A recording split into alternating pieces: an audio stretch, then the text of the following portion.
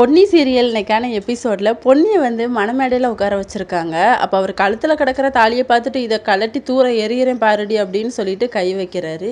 இது மேலே கை வச்சானா உனக்கு அவ்வளோதான் மரியாதை அப்படின்னு சொல்லிட்டு வெளியே வந்து சக்தி எல்லாரும் கூடயும் ஃபைட் பண்ணிக்கிட்டு இருக்காரு. அதுக்கப்புறம் உள்ளே வராரு. கழுத்தில் தாலியை கலட்டி எறியலாம் அப்படின்னு சொல்லி கையை வைக்கும்போது கரெக்டாக சக்தி வந்து கட்டையை தூக்கி எரிஞ்சிடுறாரு. யார்டான்னு சொல்லி பார்க்குறாரு. சக்தி நிற்கிறாரு. சக்தி வந்து எல்லாத்தையுமே அடித்து போட்டுட்டு இருக்காரு ரவுடி பசங்களை. அப்போ அவரையும் பிடிச்சி அடிக்கிறாரு. உனக்கு எவ்வளோ தைரியம் இருக்குண்டா அப்படின்னு சொல்லிட்டு சக்தியை வந்து ஒரு 4 பேர் பிடிச்சி வச்சுட்டு அடிக்கலான்ட்டு வரும்போது கரெக்டாக சண்முகம் வந்து காப்பாற்றிடுறாரு. பொன்னியை தேடி போகிறாரு. அப்போ அந்த 2 லேடிஸையுமே கெட்டி போட்டிருக்காங்க. அக்கா பொன்னி எங்கன்னு சொல்லி கேட்குறாரு.